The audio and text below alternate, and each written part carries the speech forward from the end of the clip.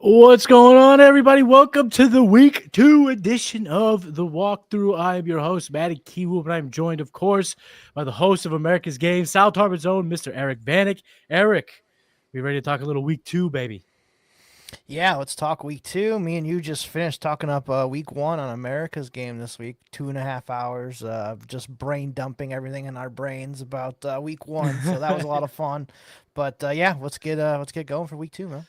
It's very exciting stuff. There's a lot to talk about when it comes to week 1. There's a lot to go through, a lot to walk through when it comes to week 2. So let's not waste any time. Let's just start and get right into it. But actually, you know what? I have something to say. If you're listening, thank you guys so much for tapping in. Thank you so much for watching. Make sure you subscribe to the South Harmon Fantasy Football channel. Drop a like, and then leave in the comments. Let's go with who's your favorite sleeper for week 2. And of course, if you have your start sit questions, leave them in the chat. I see the chat's already getting popping with Dynasty Barry. What's good, everybody? Jay Caps in the house. What's up, Jay? Sup, boys? All right, let's start with the first game. It's funny. First game is your hometown team. So let's start with the Cleveland Browns going to the Baltimore Ravens. The Browns are 11.5-point underdogs, over under 45.5. Money line, Browns plus 525. Last week, we saw the emergence of Harold Fannin Jr. So what can we expect in week 2, Eric? What are they going to look like? What's the Browns going to look like in week 2? Yeah, I know they talked to a couple of the Browns players this week, and they feel pretty disrespected by this line. If you kind of look at their history, they're usually pretty close games between Baltimore and Cleveland. Yeah. There's now, don't get me wrong. There's been a couple blowouts in there, but that's when the Browns were just complete shitbags. Like last year's game, like late in the season, it was a complete blowout because the Browns didn't have anything at that point. But I think it's going to be a closer game. I kind of like the Browns with the points. But yeah, Fannin looked great, man. Sampson looked great. We might get Quinshawn Judkins back this week. He did practice in full today. I don't know if he'll be in there, but we'll see. Dynasty Barry said Fannin has to have you bricked up early. Yeah, that was a nice showing. I was a nice surprise to see the 3rd-round pick kind of going off. But I got to ask you, you brought up the name. I want to ask you, whereabouts have you ranked here? Do you have him as ranked as a late RB1, thick in the RB2 conversation? Dylan Sampson, after that nice showing, getting a lot of targets. Yeah, I think I would roll him out as an RB2 this week. I feel pretty confident in that, especially with the receiving ability. He was the main guy in the receiving game for us. And I think the Browns are going to be down. They're going to have to probably throw 40 times again with Flacco. So that's probably a good Dylan Sampson game. Yeah, when you kind of look at how Vegas sees it, Vegas sees definitely a comeback attempt because the 45.5 is not the lowest in the slate. It's actually not even, it's kind of in the middle. So if they're expecting points and they're expecting this much of a blowout, well, then the Browns are going to have a lot of garbage time. And we love garbage time for our tight ends. We love garbage times for our receiving running back. So I think it's safe to say you could fire up a number of players on the Brown side. And even in Superflex, if you have some hard times, some desperate times, Joe Flacco wasn't bad. Joe Flacco was a decent enough start. Joe Flacco played great. He should have had over 300 yards if those assholes would have caught the ball. Right, and you can negate the 2 picks. The 2 picks were literally thrown to the receiver. They kind of caught it and said, "No, you take it, defender. I'm good. I don't need that." Yeah. So yeah, he would have had like 350 yards, man. That was crazy. Yeah, and it was a solid performance. He did better than the guy he played against last week, Joe Burrow, which that hurt a lot of fantasy owners. On the Ravens side, there's really not much to talk about. Last week, quarterback 1, running back 1, wide receiver 1. We know Lamar, fire him up all day, every day. Same thing with Mr. Derrick Henry, but where's Zay Flowers this week? Should fantasy managers in shallow redraft leagues still fire him up in the wide receiver 2 spot, or are we okay kind of going with someone else, maybe a Jacoby Myers or going with the Travis Hunter, or are we just saying Zay Flowers, we're rocking him this week? Personally, I think I would go with somebody else just because I think the Ravens should be up. They should be able to pound the ball. It's going to be kind of like last week's game script for them until the end. They only threw the ball 19 times all game. I kind of can see a similar output this week again. And also, the Browns' corners are a lot better than the Bills' corners. Denzel Ward and Greg Newsome did play pretty good last week. They shut down T. Higgins and Jamar Chase. So I think I would look for somebody else other than Zay Flowers. I'm not going to trust it on that low volume. If it was a shootout game, where Lamar's throwing it 35, 40 times, then yeah. But I don't think he's going to have to in this one. So let's play a little name game here for reference. Zay Flowers or Emeka Egbuka in week 2? Emeka Egbuka. Zay Flowers or Chris Olave in week 2? I'm going to go with Olave. He got a lot of targets. He did. Got a lot of different kind of targets than he's used to. It wasn't just all downfield. He was getting a lot of short routes. So, yeah, I'm going to go Olave. Zay Flowers or Devontae Smith? I think I'm going to go with Devontae Smith with Dallas Goedert out. I mean, he's definitely the number 2 option in the pass game, and they cooked the Chiefs passing in the Super Bowl. So, yeah, give me Devontae. Last one, Zay Flowers or Michael Pittman Jr., who had a nice week 1. Yeah, Pittman's got a really tough matchup, too. I think I'm going to lean Pittman against Denver. So that's going to put Zay Flowers in the flex range. That's out of the wide receiver 2 range. So you either play him at flex in a deeper league, but if it's a shallow lineup, I think you could find other arrangements. Last questions before we move on to the next game. Mark Andrews, start or sit? Fucking catapulting the sun. Option 3, please. Yeah. Can I go up behind door number 3, the catapult? Yeah, I've sat him anywhere I could, honestly. I think I have him in 1 or 2 leagues, and that's because I have Lamar, and I'm just praying. Next game we're going to talk about here, the Jacksonville Jaguars are at the Cincinnati Bengals. The Jaguars are getting 3 points as road underdogs. 48.5 over-under is a very encouraging number, one that we like to attack. And if you're looking for a little money line bet, you can get plus 142 juice for the Jacksonville Jaguars. So we will start with the Jacksonville Jaguars. Last week was a win. It was a good moment for the fans. Not great for fantasy. Travis Etienne did great. Brian Robinson scored. Didn't do much else other than that. Travis Hunter got a bunch of targets. Looked like a Wan'Dale Robinson impression out there. So how do you see this offense playing in week 2? Do we see more high power? What do we think? I'm kind of hoping for some more high power here from Jacksonville going up against the Bengals secondary. We just saw like Flacco should have had 300 plus yards on them. So I think that's gonna be the way to beat them for most teams this year. So yeah, I'm gonna fire up Brian Thomas. I'm firing up Travis Hunter, and I think ETN can have another good game too. So I like him. And if you need a tight end, Brenton Strange I think is solid. Brent Strange was he didn't have that surface stat, so the fantasy production wasn't quite there. But if you watch the game, kind of saw his role, definitely encouraging when it comes to the tight end position. Rumors, or I shouldn't say rumors, there's straight up reports are out that they're going to play Travis Hunter on defense more. Does that mean less offense, or are we just seeing this guy going to be on the field a ton? I think he's probably just going to be on the field a ton personally. I know Diami Brown did have a decent game last week, but after that, like they don't really have anybody else. So, I mean, you're not drafting Travis Hunter to just sit him. So, I can't imagine.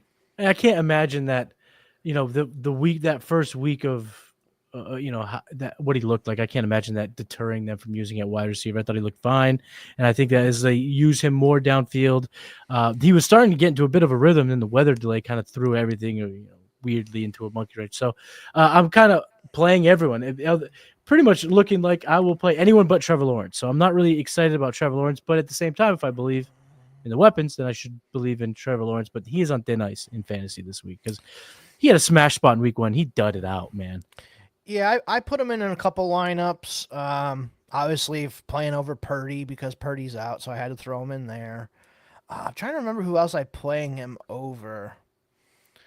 But, I'm definitely playing him in a couple spots for sure. Because, if you're going to have Trevor Lawrence on your team, like, this is the week to play him. Like, it's the Bengals. They're terrible in the secondary. So, if you have them, like, you got to play them. I agree. Now let's move on to the Bengals side. There's really not a whole lot to talk about. I know they really fell flat in their face. Burrow, Higgins, Chase. Brown was solid because he scored, but it was really just Noah Fant out of nowhere. But we're playing everybody again, right? We're not fading a single Bengal. Yeah, you're playing the main 3 guys for sure. You're playing Burrow. Play Noah Fant if you have to, I guess. Like if you had George Kittle and you had to pick up Fant off the waivers, sure. I'm not playing Gesicki, though. Yeah, I'm not paying. I'm with you there. I'm not going to play the tight end. I'm probably going to stay with tight end altogether because I think you can find some on the waiver wire. Too.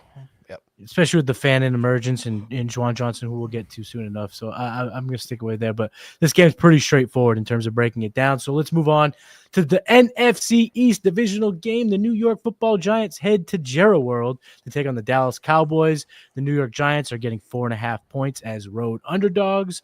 44.5 over-unders, a tad under what I would be hoping for, considering the fantasy assets in this game. And if you're looking for a little bit of juice, the Giants are plus 190 on the money line.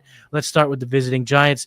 Russell Wilson looked terrible in week 1, but Neighbors, man, able to get 12 fantasy points. Seems like that dude's just going to get so much volume that his down games are still going to be double digits. Where do you have him ranked? Is he still safely in your top 5 this week, or is he kind of fallen to maybe the back half of the top 10? Yeah, I think Neighbor should still be top 5, 7-ish for me, probably. So, yeah, I mean, you're not sitting the fucking guy. So, yeah, I'm playing him. Yeah, he's number 5 for me this week. If 12 points is his floor, and I think it is, that you can't get much worse than Russell played last week. And we are now safely in Jackson Dart Watch. We talked about it on America's Game. We are fingers crossed. We are hoping that it happens ASAP. Let's pray it's 21-0 at half. Cowboys are up, and Dable just says, "Fuck it, we're putting Dart in at half. Let's go." Time to save me job. Last question about the Giants. Tyrone Tracy didn't do much with the starter workload, but got the workload. Are we going back to Tracy, or are we just kind of fading the backfield until Cam Stagatobo takes over? No, I'll play Tracy as an RB2 this week. I think he's got a better matchup than he did last week against Washington. They just gave up some yards to Barkley. Jalen Hurts ran pretty well, so they'll give up some run. And let's move on to the Dallas Cowboys side of the ball. It's pretty straightforward, right? We like Dak enough to play in this game. We think he can attack. He looked good for only 7 fantasy points. He looked really good in that opening day against the Eagles. CeeDee Lamb was great in week 1. For our fantasy teams, not so great for the Dallas Cowboys' chances of winning that game. Those drops were huge, but we don't care about drops because the fantasy points were there. George Pickens, though, he didn't have a whole lot of volume. Are we still confident playing George Pickens as a wide receiver too, or is he falling into the flex territory? Yeah, I play him as like a wide receiver 3 this week for me. I think he can get that big ball, that big deep ball in a Dallas home game, first home game in Dallas. I think they try and get him the ball. So I'm starting CD, I'm starting Pickens. Ferguson's a back end tight end 1, the top tight end 2, playing Dak. I think if you have Javonte Williams, you gotta play him this week too. He's an RB2, so. Yeah, I got Javonte Williams ranked at 20 this week. Yeah. But let me ask you a kind of a strategy question while we're on the Cowboys. Are you selling Javonte, or should you have tried to already have sold him after the 2 touchdown performance? Yeah, I think I would sell him. If I can get like a 27 second, somebody bites on that, I'll do it all day. All right, let's move on from the NFC East divisional matchup to the NFC North divisional matchup. Caleb Williams, Ben Johnson, and the Chicago Bears are 0-1, but they head to Detroit to take on Dan Campbell, Ben Johnson's former team, and the 0-1 Lions. Bears getting 6 points on the road, over under 46.5. And the money line, if you do want some juice, the Bears, if you want the revenge for Ben Johnson, plus 225. So you get some nice little juice there if you want to take the outright win. But let's start with the Bears. Caleb Williams, good for our fantasy teams, but how did he look to you, Eric? How do you think he is he a guy we can rely on fantasy based on what you saw in week 1? I don't think we can rely on him, no. He's kind of like Trevor Lawrence to me, like very inconsistent, up and down. Like we saw the his incomplete numbers and stuff like that, and overthrows and stuff like that. To that one play to DJ Moore late in the game, like just 10 feet over his head. Like I don't know. Yeah. I can't trust him. I think I don't want to say I didn't like him, but I kind of thought if there was a quarterback that was going to be a bust, I thought it was going to be him. So, yeah. So if he's not capable of elevating this offense, are we out on the pass catchers too? Because DJ Moore did not have a good game. Rome Odunze scored, but until then, it really wasn't that pretty. Luther Burden barely played. Colson Loveland didn't get a whole lot of love. What are we thinking about the pass catchers in week 2? Yeah, I have Rome in a couple spots. I didn't draft much DJ Moore this year, so I don't have too much of him. I've benched Rome quite a bit, actually. I have him in like if I play him or Matthew Golden tonight, I play Rome. So I Mm. had like those kind of questions, but like I'm playing Keenan Allen over him. I'm playing Jacoby Myers over him. Stephon Diggs. I'd probably play Keishawn Butte over him. So Ooh, that's a good take. We'll definitely talk a lot about Butte here soon enough. yeah. Uh, DeAndre Swift got all the volume, got all the touches, didn't do squat with it. Do we expect better days for DeAndre Swift? And does it start in week 2? Yeah, I mean they invested a ton into that offensive line, so I think it's gonna pay off here eventually for them. I just think, Detroit's or Minnesota's a pretty good defense, so Mm-hmm. I think that was kind of what they ran into on Monday night, but I could see some better days coming for Swift. Now it's a revenge game against the Lions. We'll see how he does. Yeah, and the Vikings did invest a whole lot in the defensive line, so it made sense for it to be tough. And if he's going to get that volume, I still think he showed enough juice that he could break a couple big runs and get those fantasy points. So I'm okay playing him as a running back 2. Got him at running back 23 this week. And on the Lions side of the ball, I mean, we've gotten so accustomed to start Goff every week. Gibbs, Montgomery, fire him up. Amon-Ra St. Brown, Laporta, get them all in your lineups. Gibbs was saved on 10 receptions. It was the most inefficient 10 receptions in the history of the sport. So we're playing him. We're okay with him. The volume was there. How do we feel about Montgomery, though? Are the days of Montgomery being a bona fide running back 2, are they still there without Ben Johnson? I think so, yeah. I just think they are trying to figure it out up front. Like Penei Sewell was terrible last week. Like Michael Parsons worked him. They have a whole new center. They have a whole new right guard. Like I still think they're trying to mesh up front. So I think that was a lot of the problem last week. And we'll see if it gets any better this week at home. Should be a little quieter when they're playing offense. So we'll see how that goes. But I think I'm playing Montgomery still as an RB2. I think it's going to be a little bit of a closer game. Like you said 6 points. I kind of like the points a little bit with the Bears. Like they usually play each other pretty tough, and I think the Bears have a pretty solid defense too. Yeah, Bears defense showed up at least in the first 3 quarters, or they just ran into the late Yeah, they were phenom, missing their top corner even too. Yeah, exactly. Yeah, they were missing the top corner. Amon-Ra, not a great week 1, but we're totally happy playing him as a top 10 play. So we got him in there.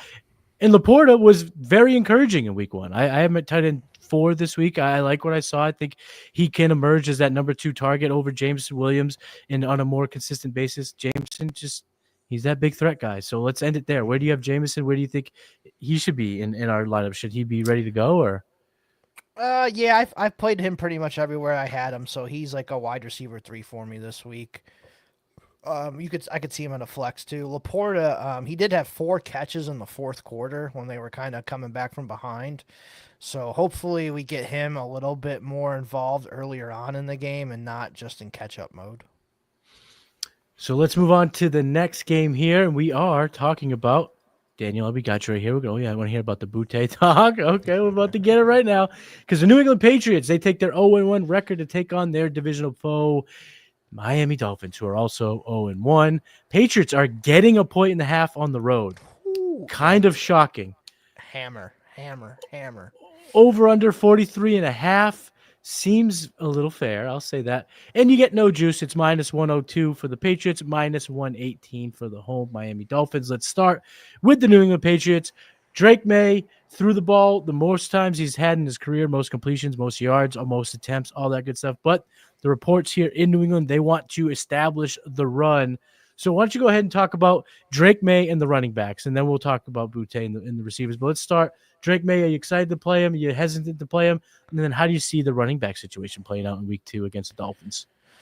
Yeah, I could see May having like a good game NFL-wise, but fantasy-wise, it might not be as good if he's not running. I think they should be able to pound the rock on them this week. Like, if you got the Rhino, I'm throwing the Rhino in. If I got Travion, I'm throwing Travion in. I'm going to throw them both in, and I think both of them could have good games. I could see Ramondre having maybe one of his best games of the season this week against Miami. So I'm all in on the Patriots this week. Yeah, if you're into those running backs, if you're starting those running backs, you have to hope that they get out and they can run the ball early and keep it going. Now let's talk about the pass catchers because I think Hunter Henry has continuously, shown that he is going to be a consistent target earner in this offense. So if you drafted him late in your redrafts as kind of your punt tight end, you're okay firing him up in this matchup. But the receivers, so Stephon Diggs saw, 8 targets, but Kayshon Boutte also saw 8, caught 6 for over 100 yards, has been good over the last 4 games for the Patriots dating back to last season. So if you're picking one pass catcher out of the receiver corp, is it Diggs? Is it Boutte? Or is it Pop Douglas? I think I'm going to go Butte. I think it's going to be him. I think he's kind of starting to establish himself as the number one guy. I think technically Diggs is, but I think Butte might be taking that spot over. I don't think Diggs has the same juice that he used to after all these injuries and stuff. So I'm gonna go with Butte, man. He looked great in week 1, and him and Drake May have a good connection together. So, and this Miami secondary is awful.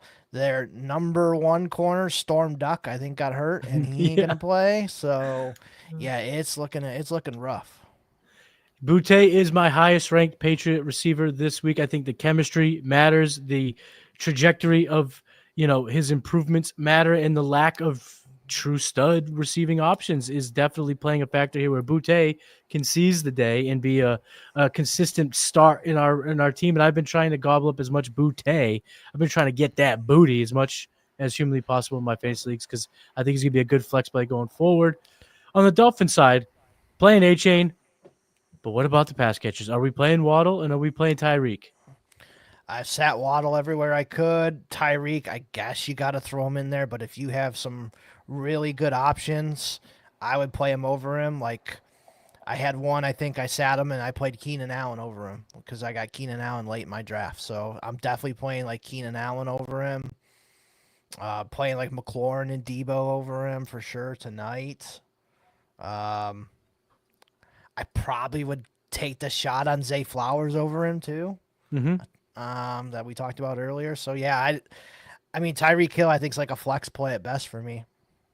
Yeah, I'm not really excited about either. They're both outside of my top 24. Here are the names though that I am playing over Waddle: Keon Coleman, Cedric Tillman, Kayshon Boutte, Roma Dunze, Calvin Ridley.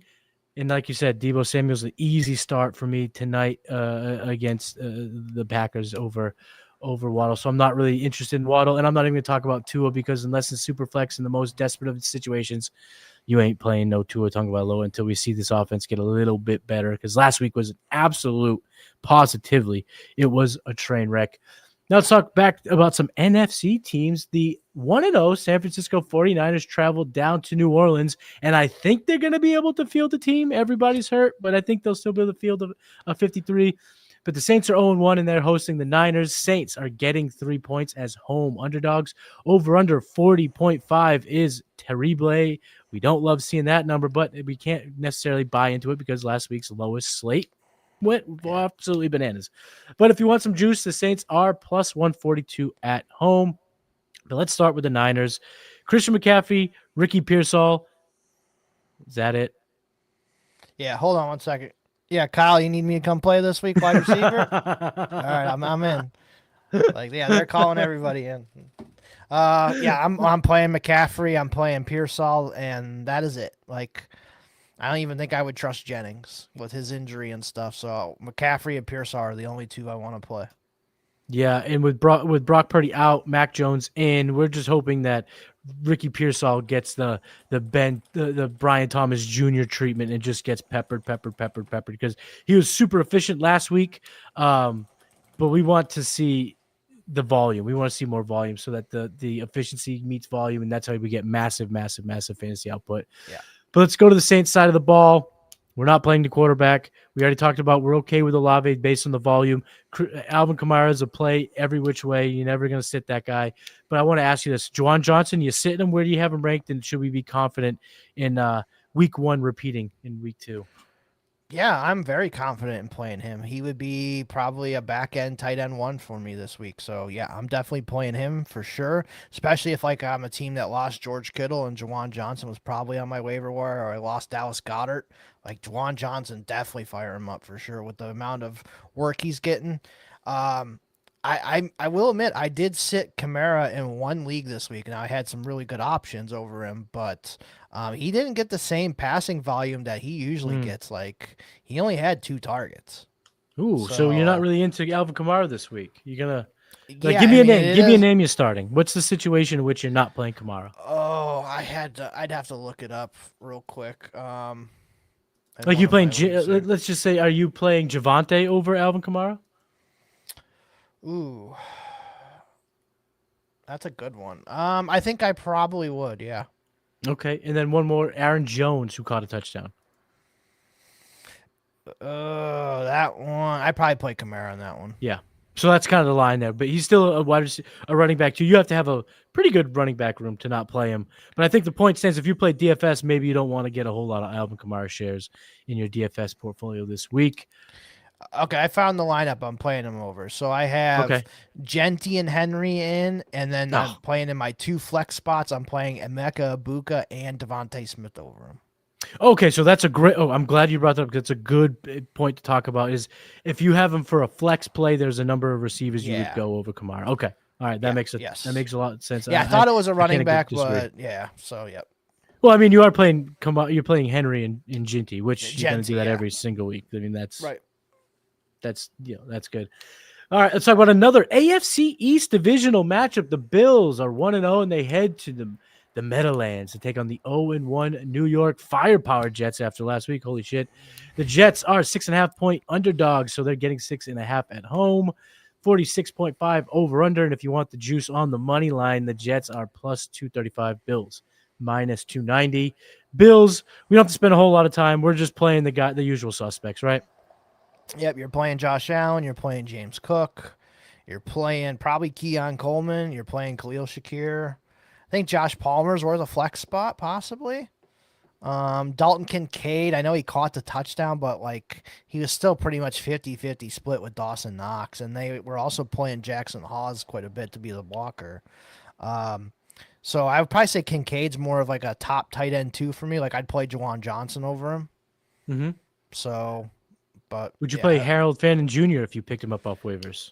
I think I would. Yep. Yeah, I have them back to back in my rankings, so I think that's a very, very close play. And on the Jets side of things, Justin Fields, you're always playing him. He just keeps proving that he's a fantasy elite asset. I mean, whether it looks ugly or pretty on the field, that doesn't matter for us. He's a fantasy play with his legs, with his ability. Garrett Wilson was a pleasant surprise. After 1 week, has kind of become the I'm not going to call him a league winner, but in terms of certain builds, being able to make him your wide receiver 3 in some builds or your wide receiver 2, but you also have good running backs or an elite tight end. He's proven to be a good asset with Justin Fields. Breece Hall, are we trusting it after a great week 1? Because I am. I think you have to. The way that they played, the way that they want to play, they want to run the ball. So I am curious to see how this matches up because I thought Buffalo's defense coming into the season with all these extra defensive linemen they added in the draft and everything, like I thought they were going to be a lot better. And Derrick Henry, I mean, he's Derrick Henry, but he ran all over him. And that's kind of what the Jets want to do too. They're going to want to do the same game plan. So I am really intrigued by this game. Yeah, me too. And I think they could, the over-under of 46.5, I think is a pretty good one because it could go back and forth after we saw last weekend. I know it's Derrick Henry, but Breece Hall is pretty damn good. And that Jets offensive line looked pretty nasty against the Steelers. Even without Vera Tucker. Right. And I mean, they have the pillar tackles. If Vera Tucker was there, I'd really like this offensive line. So I think this could be a sneaky great game for fantasy purposes. And I think we're really excited about the matchup. So we're going to give a boost to the players in that game. From a great game to a potential stinker. 0-1 Seattle Seahawks travel to Pittsburgh to take on the 1-0 Steelers. Seahawks are getting 3 points as road underdogs. Over-under of 39.5, look an awful lot like last week. Mm-hmm. And if you want some juice, the Seahawks are plus 140. The Steelers are minus 166 on DraftKings. Last week, over-under was 38.5. It was a bonanza. this week with the Steelers, over under 39.5. Are we expecting another open-dope here, and this is a shootout, or is this going to be a kind of a shitty game for fantasy assets? Oh, I'm kind of thinking it should be a little bit of an uptick over that over number. So I would take the over there. Which team do you want to start with first? Let's start with the Seahawks because last Okay. week I think it's JSN. We're okay with JSN. We're not playing Darnold in any real format at this point. Yeah, I'm not playing Cup. Cup was a rough play. I think I'm not dropping him quite yet. Are you dropping him in redraft? Getting close. This week is Yeah. going to be a tell. If Yeah. there's zero volume going his way, he might be on the borderline of being dropped, being that Ross Clogger. But the real thoughts of what the people are going to have the decision why we're walking them through this matchup in particular is the running backs. Kenneth Walker, Zach Charbonnet, basically a 50-50 split. What should we expect in week 2, and how have you handled it in your leagues that you have either player? So this is the one I was the most excited to ask you about, and that is I have a couple teams where I drafted Walker and Charbonnet, and am I crazy to play Charbonnet over Walker? I still have Walker ranked higher, but I don't feel good about it because we talked about it on America's Game. The writing is in the sand. The writing is on the wall. Whatever the expression is, the writing is there. And it says Zach Charbonnet is better for this team. And Kenneth Walker, even though some believe the efficiency will be better, it was tough to see, and the analytics did not support any type of uptick in efficiency anytime soon. So I feel gross about it, but I do have Kenneth Walker a few spots higher. But in terms of my roster, the way I'm constructing it, the way I'm game planning for the long term, yeah, I'm more in on Charbonnet. So if you want to go Charbonnet over Kenneth Walker, I ain't going to fight you. But if some people have two, are you going to play both of them? Would you play both of them given the fact that both of them got double-digit carries? I think I could, but I'm probably not because that was another team where I drafted Keenan Allen late. I'm going to throw Keenan Allen in my flex spot over him, so over Ken Walker. So I'm going to play Charbonnet as over Walker and just see how it goes. And on the Steelers side of the ball, DK seems to be the only reliable target. Calvin Austin Jr. had a great week 1. Are you going back to the Calvin Austin well?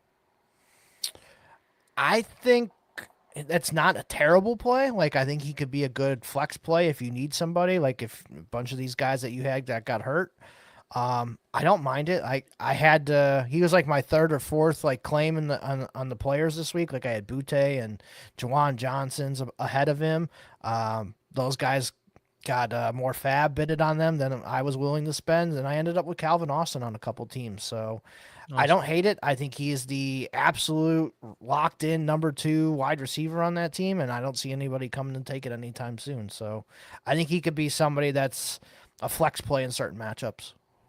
Yeah, I mean, this is how I'll say it.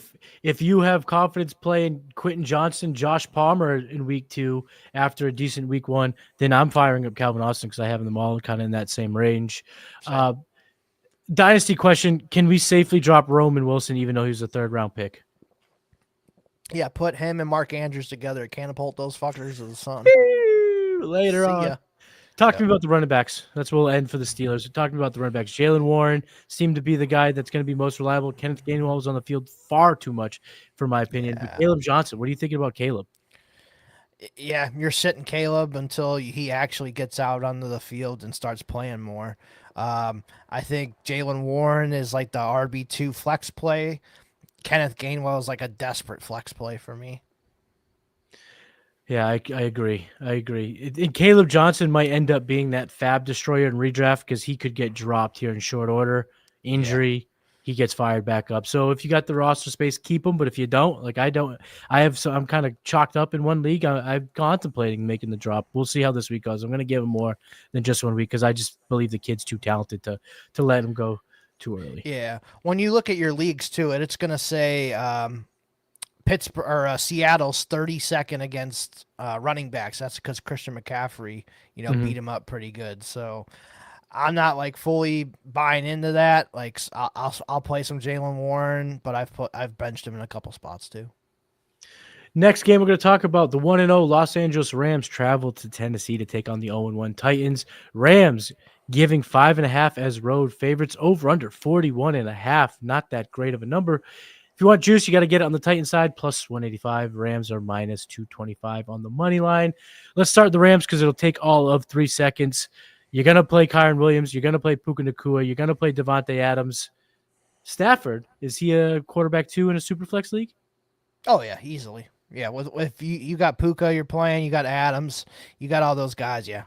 I'd play Stafford as a quarterback 2 easy. And on the Titan side of the ball, Tony Pollard got all the volume. So if you drafted Tony Pollard to be a flex or running back 2, I'm okay firing it up there. Calvin Ridley. Talked about Calvin Ridley. It was a tough matchup against Pat Surtain last week, but the Rams might not post that much lighter of an opposition given what they did to Nico Collins in that passing attack last year. So if you roster Calvin Ridley, are you okay playing him in a potentially tough matchup against the Rams? Yeah, I've put him in a few spots. Like I put him in over Jalen Waddle in a league, so I'm okay playing Calvin Ridley. I think this is a little bit easier of a matchup than last week against Pat Surtain. It's the home game for the Titans. Cam Ward's first home game. I think he's going to look for Calvin Ridley quite a bit, so I'm okay playing him. And if you play in any of the dinosaur leagues, meaning you play DSTs, if no one is rostering the Rams, they're not believing it, I would pick the Rams up. That they look nasty against Texans, and I think they could have their way with the Titans this week. And Vegas kind of agrees. That was one of my teams or my defenses I just drafted every time this year. Like I always took them in the last round. Yeah, they were always one of the ones available, so I always took them. Just that impressive playoff run there where they just killed Sam Darnold. They were pretty good against the Eagles. So yeah.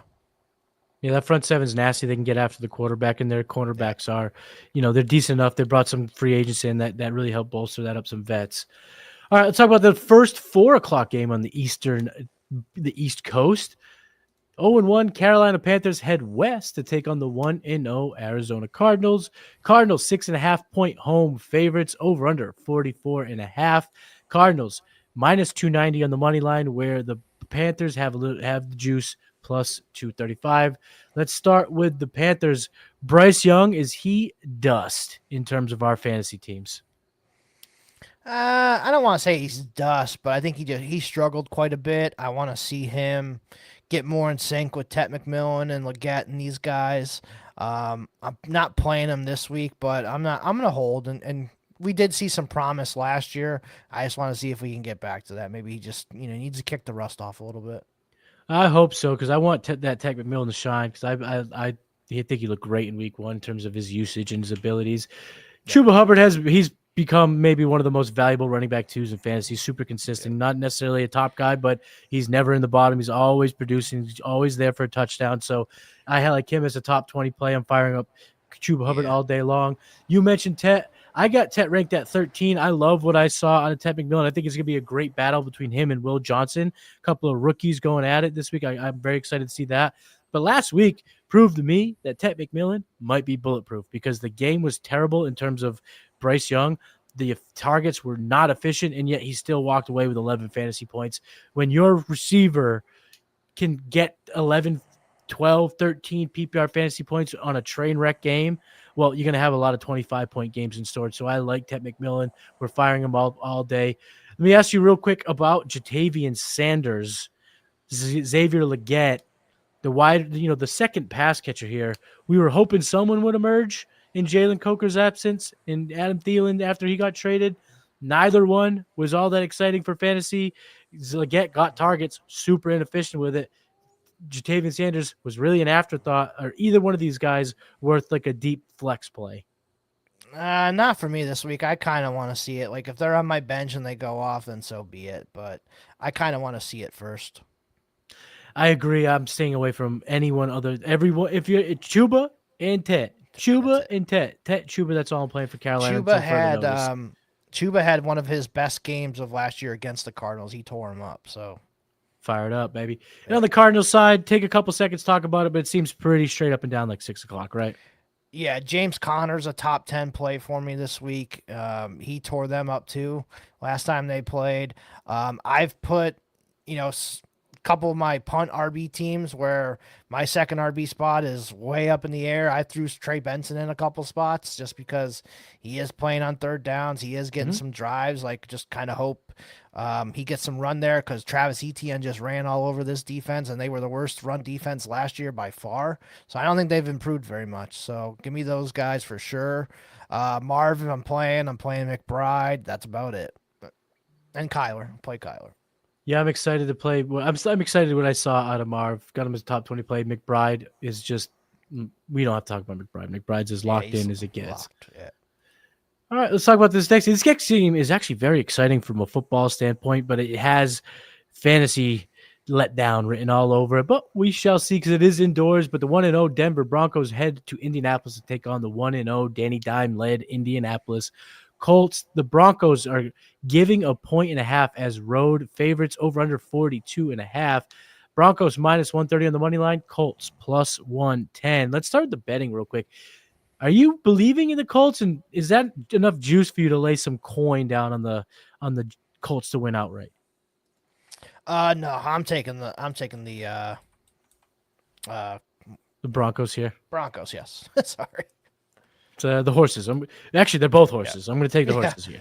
Yeah, I'm taking the Broncos here, and I think they're going to be able to run the ball to Colts, but I don't think they're going to be able to pass. I don't think Danny Dimes is going to be, throwing all over this secondary. Not this week. Miami was a cupcake, and this is like, it's like going from rookie level to all Madden. So we established earlier Michael Pittman might be slightly better than Zay Flowers in terms of who you're playing this week, but he might get the Pat Surtain treatment after a 20-point week one. How are we feeling about him? Are we confident, or are we just kind of holding our nose and putting him in the back end of our flex and just hoping he can get the volume? Yeah, I think just on the volume, I'll play some Pittman. I played him over Waddle too. That was another guy I played him over. So I think he's probably on the flex play for me this week. Josh Downs, I'm not playing. Me neither, no. None of these other. Oh, Tyler Warren, you're definitely firing up, but that's about it. Yeah, Tyler Warren is an auto start from now on. After what we saw, the usage was there. The schematic fit was just so apparent in that week one beating of the Dolphins. So I'm going to play Laporta. I got, Pittman in the flex range. Jonathan Taylor, obviously playing Jonathan Taylor. On the Broncos side, it's pretty straightforward in terms of who we like. Bo Nix top 10 play. Cortland Sutton is the only pass catcher you're into. But talk to me about Evan Ingram. Leaves with an injury. We'll see the practice reports throughout the week. Let's see if he gets fired up and see if he gets ramped up. But I have him outside of my tight end 1 range. I have him barely inside my tight end 2 range. He's at tight end 19 for me. But some of the names behind him that I think I would play over him, like Brenton Strange, Juwan Johnson. Yep. Are you firing up Evan Ingram? Not if I can avoid it, yeah. Like if he's like my only option, then I'm gonna have to play him. But like I agree with you, I'm playing Strange, I'm playing Juwan Johnson, playing Fannin. If I picked up any of those guys this week, I'm playing those guys over Evan Ingram. But yeah, it was a disappointing first week for me. From him, kind of want to see it first, but I'm playing Sutton. I'm playing, J.K. Dobbins. I think could have a good game in this one. Probably play some R.J. Harvey. So yeah. Yeah, that's what I wanted to ask you about the J.K. Harvey situation. Harvey looked so good on his limited touches. He was effective. You saw the explosiveness, but Dobbins got the volume. Dobbins was the guy that was able to kind of handle the workload. So how are you playing this running back core going forward? Or at least heading into week 2. Yeah, I think for week 2, Dobbins would be the one that I prefer, and Harvey would be like the flex play for me, kind of just hoping for that big play that he finally gets going. I was a little discouraged because he didn't get the work in the pass game. It was Tyler Beatty that was getting the pass game work. He was playing the Jaleel McLaughlin role, so that makes me put Harvey into the flex range for now until we start seeing him get more involved. Yeah, I would actually fingers crossed. In Dynasty, this isn't a play, but in Redraft, this might be the play. If he isn't used, if he isn't effective, if he doesn't get the fantasy points, you might have a nice little buying opportunity because it's only a matter of time because R.J. Harvey looks the part, and in this offense, he is going to shine. No doubt about it. Tom's in the chat. just got in, so you might have hit these guys, but Golden tonight or London with him being questionable for Sunday Night Football, or could he, do the scrub route if London is go? Are you risking London, or are you just going to go Golden tonight? No, I'm gonna wait for London, and then if I can pick up Ray McLeod, I'll pick up Ray McLeod. I took the words right out of my mouth. I even think there's a possibility in redraft that Darnell Mooney could be out there. So if you need a Falcons replacement, he's probably sitting right there on your waiver wire. You could put him on your bench for insurance. But it seems like London's going to play. It wouldn't even shock me if McLeod outscored Golden just straight up, even if everybody played this week. So, I mean, I like Golden a lot, but I think he's just got to get that opportunity. They're just splitting all the receiver work, so it's kind of frustrating at the moment. Yeah, no, I completely agree with that. So we're going to go with London. I think he plays. It sounds like he's going to play, and there are replacements if needed. So, Tom, stick with London. The next matchup we're going to talk about, my friend, is a Super Bowl rematch. The 1-0 Philadelphia defending Super Bowl champ Eagles head to Kansas City to take on the 0-1 Chiefs. Chiefs getting 1.5 as home underdogs, 46.5 over-under. Chiefs do get a little bit of juice if you want the money line, plus 105. Eagles, minus 125. Let's start with the Eagles side of things. It was great for Saquon. It was really good for Jalen Hurts. We're okay with both of those guys. Pass catching, Devontae Smith, A.J. Brown fell flat in their face. Didn't really do much for some fantasy. Are we nervous about them at all going into week 2? No, I think, they showed in the Super Bowl, like, how to beat the Chiefs a little bit. And they kind of, I don't want to say they're going to have the same game plan, but I think they're going to be ready for the Chiefs. They had a couple extra days to prepare for this game, too, over the Chiefs only had an extra day too with playing on Friday, but I like the Eagles pass game in this one. I think A.J. Brown, Devontae Smith get going. The Chiefs run defense is usually pretty solid. Like they held Barkley to like 96 total yards in the Super Bowl, which is pretty good for how Barkley was playing at the end of the year. Right. So I think, Barkley, I'm still playing him no matter what, but, I expect maybe a little less. And then without Goddard, like A.J. Brown and Devontae Smith should get everything. I wouldn't even be shocked, like in your best ball leagues, Jahan Dotson sneaks in there. So, yeah, I mean, Goddard got all the targets. He had 7 targets, 7 catches, 40 yards. They're super inefficient. So if he's out of the lineup, those inefficient targets, those easy PPR points are going to go to the pass catches. It's going to go to A.J. Brown. And, they don't want that man reading self-help books this week. They want to make sure they get him involved, a little bit of a squeaky wheel game. So if you're nervous about A.J. Brown, don't be. He's ready to rock and roll. Hopefully Barkley gets involved more in the pass game with Goddard out, too. Like, Barkley's a damn good pass catcher, so... Yeah, absolutely. They can get him. He's more than just a swing route guy. He can put on some moves and get up with. So obviously you're playing Barkley. There's not much analysis there for Mr. Saquon. But on the Chiefs side of things, Patrick Mahomes had a great day because of the rushing. Kelsey scored. No Xavier Worthy. At least we're not expecting it. So talk to me about just the offense and how it's going to look in week 2 after kind of letting people down other than Patrick Mahomes in week 1. I've sat Pacheco everywhere. I've thrown like Kareem Hunt in as like a RB2 flex play. I kind of like Hunt better than Pacheco right now, just because Hunt's getting the third down work. He's getting the goal line work. Just kind of hoping for a touchdown there. Receiver wise, I think you got to play Hollywood Brown unless you have better options. He should be the main guy there. Tyquan Thornton, I think, is a sneaky like flex play. Kelsey, got to play Kelsey just because with all these guys hurt, he's got to throw somebody. So I think it could be a lot like last week again for Mahomes, like 1 touchdown pass and hope he runs for a bunch of yards. Maybe he gets a rushing touchdown. So Pacheco, he is in a tough spot. I have him ranked as such. I'm gonna rattle off some names in which I have him kind of near, and let me know who you would play. Would you play Pacheco or Dylan Sampson? Dylan Sampson. Pacheco or Nick Chubb? Nick Chubb. Pacheco or Austin Eckler tonight? And by the time you listen to this, you might already have the answer. I'll play Eckler. And last one, Isaiah Pacheco or Trey Benson? Oh, I think I'd go Trey Benson.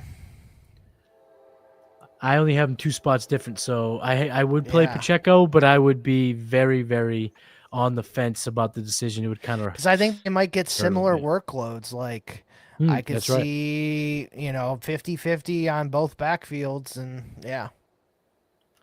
So Dynasty Barry in the chat, Tyquan Thornton or Xavier Legette, Eric? Tyquan Thornton for me.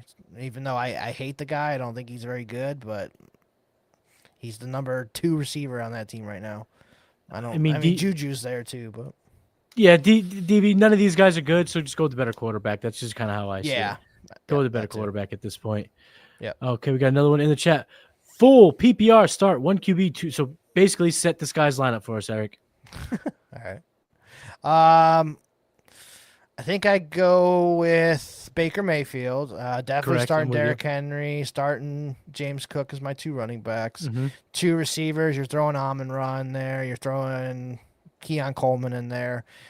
Starting Tyler Warren, and your flex, probably Ken Walker. Unless you get a massive tight end premium, then Kraft. Yeah, that's how I play it too. And there's a lot of decisions for tonight, but I'm not playing Golden. So yeah, I'm with you there. I'm going to play Baker over May. Henry, Cook are locks for me at the 2 running back spots. Amon-Ra, Coleman, I'm in on that. Tyler Warren until further notice, and then I'll go Kenneth Walker unless you got the TEP. Then we'll go with Tucker Kraft. So I'm with that. We're not playing Matthew Golden here this week. So we got that locked and loaded. We got a fun one on Sunday night football. Atlanta Falcons, even though they're 0-1, they are fun in the sun when it comes to fantasy football, but they head to the Minnesota Vikings to take on the 1-0 Minnesota squad. Minnesota giving 3.5 points as home favorites, 44.5 over under. The juice is with the Falcons plus 45, Vikings minus 175. Let's talk about the Falcons. Obviously, you're playing Bijan. You're playing Drake. We talked about it. Let's start with the quarterback, though. Michael Penix Jr., the operator. Are you playing him in 1 QB leagues? I am playing him quite a bit this week because I had him as my Brock Purdy backup. So Brock Purdy's out. Got to throw Penix in there. I would play Penix over Trevor Lawrence, even though we talked about it earlier. I think Penix is probably like quarterback 15, 16, somewhere in that range. Maybe a little higher. Yeah, I got him at 17, so I got him right there. But you could convince me you'd want to even play Penix over Caleb Williams, so I do have a couple spots higher. But you can make the argument because I think the game script's going to be better. Yeah, I'd play Penix over Caleb for sure. So Penix is borderline quarterback 1 in fantasy, so he's definitely a start in 2 QB leagues, super flex leagues, those things. Yep. But let's talk about Kyle Pitts. We trust in Kyle Pitts after a good week 1? Are we finally going to trust this guy? Yeah, I'm playing him. Like, that's another guy. I had him and Mark Andrews. I'm playing Kyle Pitts over Mark Andrews on the same team. So, I'm playing Kyle Pitts. I feel pretty confident in that. Kyle Pitts or David Njoku? I think I go with Njoku still. Okay. So, yeah, he's still not quite a locked-in tight end 1. Now he's in that tight end 2 range, but a couple more good showings, a couple more games of volume. Maybe we'll finally get that season we've been waiting for Kyle Pitts for some time. And on the Viking side of things, just break it down. It seems pretty straightforward. Obviously, Jetta, we're playing him all day, every day. TJ Hawkinson, we got to fire him up. I think the usage will go up from week 1. Didn't see a whole lot of efficiencies, but I think we see those numbers get better. At the running back position, let's start there. Jones, Mason, both, neither. What are your thoughts there?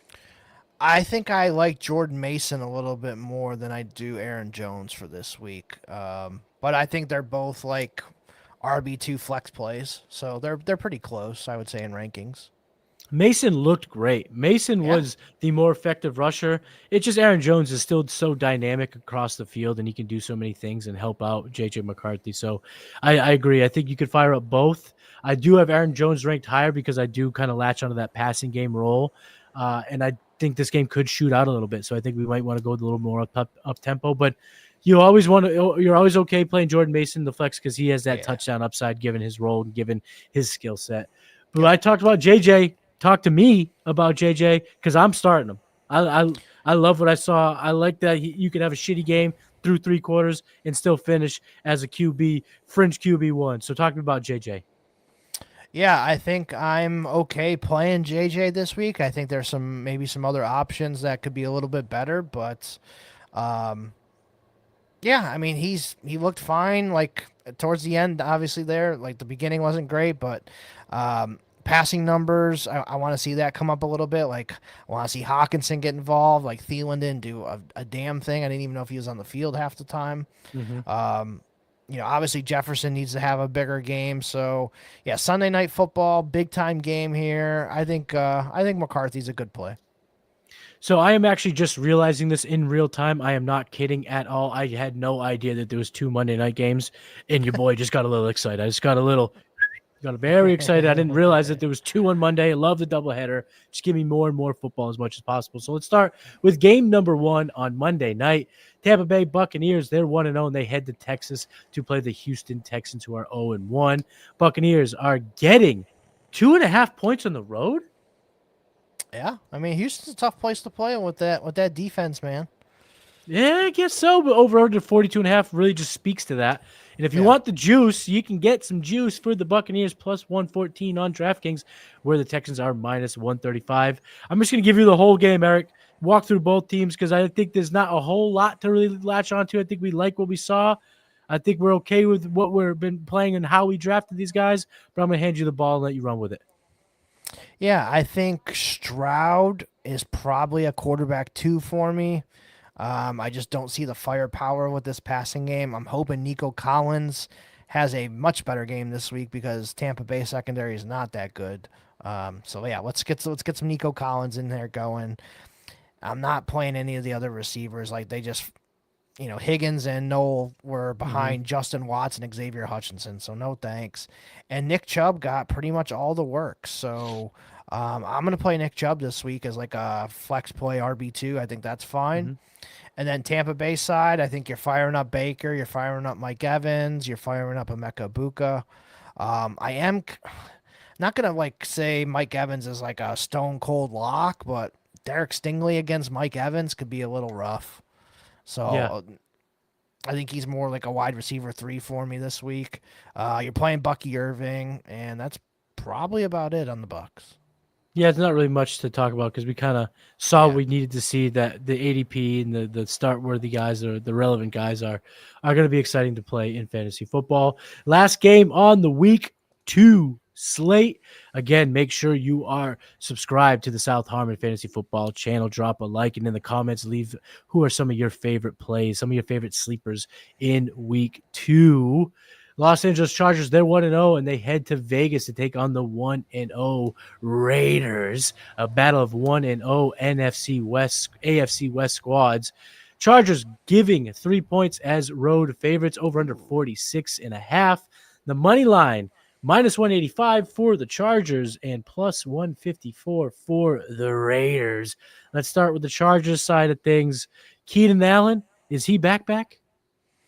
Yeah, I think in this offense, he's back, man, for sure. Is he the number 1? No, I think McConkey still is, but Keenan Allen's a very good wide receiver too. Talk to me about Quentin Johnson. Are we trusting that week 1 performance? If you're desperate, I don't mind it because I think this game could be a little bit of a shootout. I think he's a flex play for me. Yeah, he looked pretty good in week 1. Yeah. And this matchup doesn't really scare me to have a No, big like game. I said, I think this could be one of those fun Monday night games, man. Like we've seen some good Raiders and Chargers games in the past. Like I think this could hit the over. I think we could have a lot of fireworks. Hopefully Brock Bowers plays. We'll get into the Raiders here in a second, but hopefully he plays, man. Hopefully he plays. And we're playing Justin Herbert. He looks so good, electric. Oh, I have him yeah. actually as QB6 this week. But talk to me about the running backs. Amari and Hampton, should people panic? No. I mean Chiefs run D is really good. So Raiders run D. I mean they kind of shut down the Patriots a little bit, but I think Chargers run game's a lot better than that. So yeah, I'm firing up Hampton this week.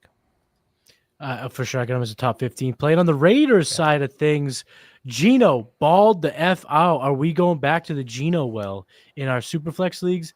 And if you're kind of screwed, if you had Purdy, if you went kind of punt QB, went Purdy, he's out. Are you okay playing Geno as like a streaming option at quarterback? Hell yeah. Definitely playing some Geno this week. I started Geno last week in a couple spots and it paid off for me. So yeah, I'm sticking with it. I think if Bowers doesn't play, maybe a step back for Geno. But if Bowers and Jacoby and all those guys are out there, then yeah, wheels up for Geno. Like I said, I think this could be a shootout game. Yeah, I agree. I like Geno. So if you like Geno, you like the pass catchers, Jacoby Myers, Brock Bowers, who didn't practice on Thursday, but again, Monday night game, we're expecting him to practice. He was out there kind of warming up, but he didn't go through full practice. So we fired up the usual suspects in terms of Myers and Bowers, or we go a little deeper. Are we going to play a little Thornton and a little maybe a little Trey Tucker? No, I can't trust those guys right now. But I'm gonna play Bowers. I'm gonna play Myers. I'm gonna play Genty. That's probably about it. Yeah, I agree. I don't think there's a whole lot of sleeperness to this offense. I think we saw the consolidation. We liked what we saw in that. It was a consolidated target share and really consolidated usage. Mostert wasn't even active last week, so we're not expecting anybody to take anything away from Ashton Genty. And I think this could be a big game for Genty. Let's show off the first round pick. Let's show him off. Let's really kind of show the fans what we got with Ashton Genty. So that's going to do it. That's the week 2 slate. Me, Eric, walking you through each and every game on the slate. Eric, let the people know where they can find you.